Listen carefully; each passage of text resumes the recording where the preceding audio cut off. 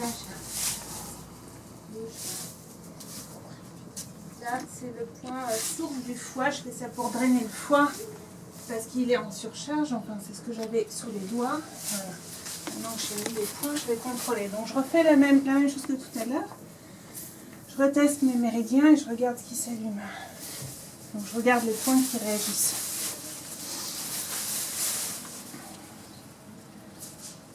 Voilà. Donc là, ça réagit toujours. Mais à mon avis, c'est parce qu'on a vraiment une rotation probable à gauche des cervicales basses qui sont là. Hein, parce que je ne l'ai pas de l'autre côté. Cette réaction. Tiens, lâchez le licol. Voilà. Méridien estomac, ça va. Là, je reteste les points du dos. Donc, dans l'ordre, là, je vais vous citer les points. Poumon, péricarde, cœur, diaphragme, foie, vésicule biliaire, rate, estomac, triple réchauffeur, rein, gros intestin, grêle, vessie. Là, j'ai rien qui réagit. Oh là, j'ai plus rien. Tout à l'heure, j'avais ici foie, rate, estomac. Ok, donc une fois que j'ai fait ça, je regarde en ostéo. Pour moi, la partie acupuncture, c'est bon. Sauf au niveau du sciatique derrière à droite, je vais lui faire l'auto-hémothérapie, je vais lui injecter du sang dans le fessier. Elle est partie. L'aiguille? Oui. Ah oui, mais c'est pas grave, vous en faites pas. grave. Non, mais attends. Ce qu'on veut pas, c'est qu'il perde la l'heure. Ouais. Donc là, je commence l'ostéo seulement maintenant. Hein.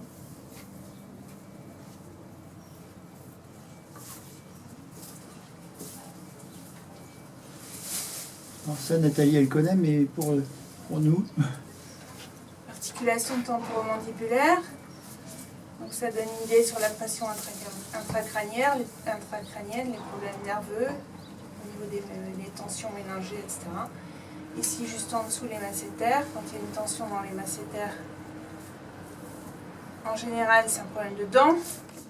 C'est qu'ils commencent à avoir les dents qui leur liment les muqueuses. Ce qui n'est pas son cas. Néanmoins, il y a quand même des pointes. Mais bon, manifestement, il n'en souffre pas. Et ici, articulation C0-C1. Donc, atlanto-occipital.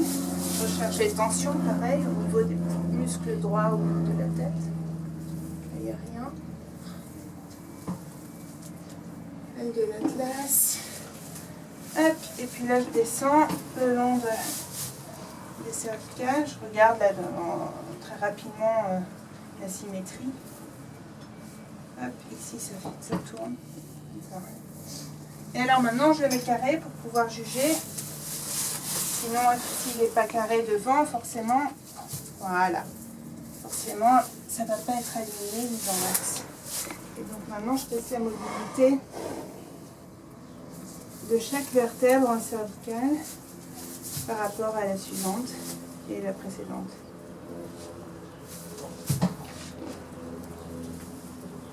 Voilà, donc là j'ai une densité et ça c'est très fréquent, c'est 3, c'est 4, c'est l'endroit où il y a une inversion de courbure au niveau des cervicales, c'est-à-dire que ça fait comme ça, en gros, hein, j'accentue, ça fait comme ça, hop, comme ça.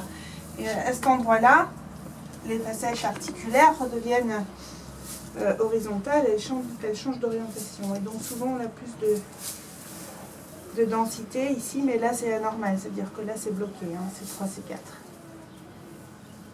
Là ça ne bouge pas.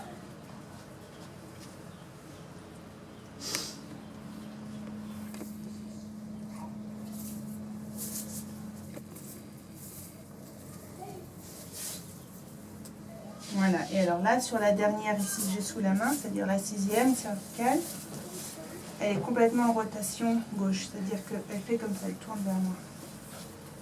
Après, le cheval n'est pas complètement carré, mais voilà, là, voilà, ça part comme ça. Donc ça me donne une idée, la C7, en fait, elle part sous la masse ici musculaire et la scapula, donc on ne l'a pas forcément sous les doigts, mais ça donne une idée de l'orientation qu'elle prend. Alors après les épaules. Il n'y a pas de sensibilité. Pas de tension au niveau des triceps. Là, je suis sur l'articulation de l'épaule et là, je suis sur les points d'acupuncture. Hein. Intestin grêle 9, c'est en général quand il y a un blocage, une fixation au niveau de l'épaule, ça réagit très fort. C'est un trigger en ostéo, ça, trigger point. Ça s'écrit TRIGER, ça veut dire quoi ça? TRI-2-GER. C'est en fait, c'est une douleur projetée. Hein? La traduction de l'anglais de trigger, c'est quoi? Tu connais? Trigger? Pull de trigger, ça veut dire appuyer sur la détente. Ouais. Oui. Point gâchette. Ah d'accord.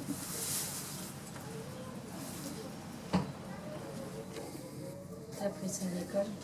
Non, comme les jeux vidéo. Là, je regarde si le garrot monte. Extraordinaire. Là, je teste le garrot en fait. Hein. Je me pends sur les épineuses et je regarde de la même façon s'il y a une mobilité des vertèbres les unes par rapport aux autres. Et je trouve assez fixe. On a tout le bloc cervical basse, garrot. Vous voyez, ça ne monte pas très bien. De toute façon, regarde ici, mon garrot. Faut dire que Under, il est préparé. Si vous regardez la ligne d'eau, Prépare-moi, regardez ça l'endroit tient. où ça s'arrête. D'ailleurs, il est repris, hein. D'ailleurs, Si ça s'arrête. monter, c'est un problème qu'on a dans la mesure où c'est assez difficile de le rééquilibrer. C'est un cheval qui se prépare bien à l'obstacle, c'est-à-dire qu'il est bien concentré, mais si jamais j'ai envie de changer son équilibre, j'ai beaucoup de mal, il continue et du coup il veut continuer à pousser, quoi. Hein.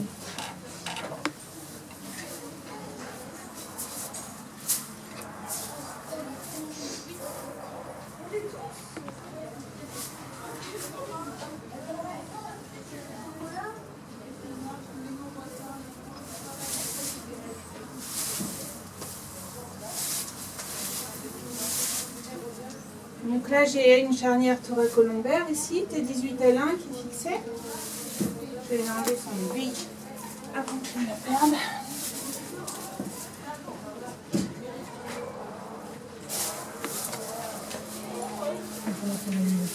Pardon? Tiens-toi droit, Doudou. Allez, tiens-toi droit. Et vous voyez un truc qu'on recherche en médecine chinoise, c'est le point haut de l'estomac 44, c'est de le faire saigner un petit peu. Ouais. Hein, à chaque fois, toute saignée en médecine chinoise refroidit. Donc le feu dans l'estomac, on le calme avec de l'eau et en plus on fait saigner le point haut. On fait sortir la chaleur.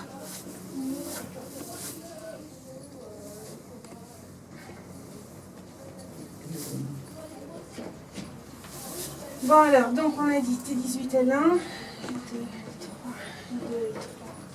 4, 5, 6, 3. Est-ce que tu étais d'accord avec Ouais. Prends la salle de Judel. Et comment ça s'appelle Yasmine, elle peut pas trop prendre. Je sais pas où elle est. Faudrait appeler Yasmine. Mais mon appareil photo, il a plus beaucoup de... Il dit qu'il en a encore 14, mais il arrête avant. Ah oui, il est Donc tout une fini. fois que... Les sacroiliacs a l'air de bouger. Par contre, on a la dernière lombaire qui est complètement en extension, complètement enfoncée.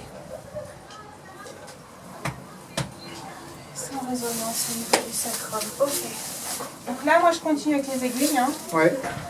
parce que j'ai mal au dos. Oui, oui. Donc je fais un minimum de manip. Je vais surtout travailler les aiguilles aujourd'hui, mais je vais le manipuler à la fin. Mais tant que je peux passer des manips avec les aiguilles, j'en fais. Ça permet de relâcher l'ensemble, hein, Oui, puis de remettre de remettre les énergies. l'équerre. Ouais. de remettre l'équerre. Là, en fait, je vais lui mettre 3 aiguilles pour le L6S1. Ouais. Pour lui, il a une dernière lombaire en extension. Et là, en fait, vous allez voir avec mes aiguilles, je vais en mettre une là, au niveau vraiment de la charnière lombo-sacrée. Et une dans la queue, ça va lui faire ce petit mouvement-là, plouc, Oui, oui. et ça va remonter. Et si c'est pas suffisant, je manipule.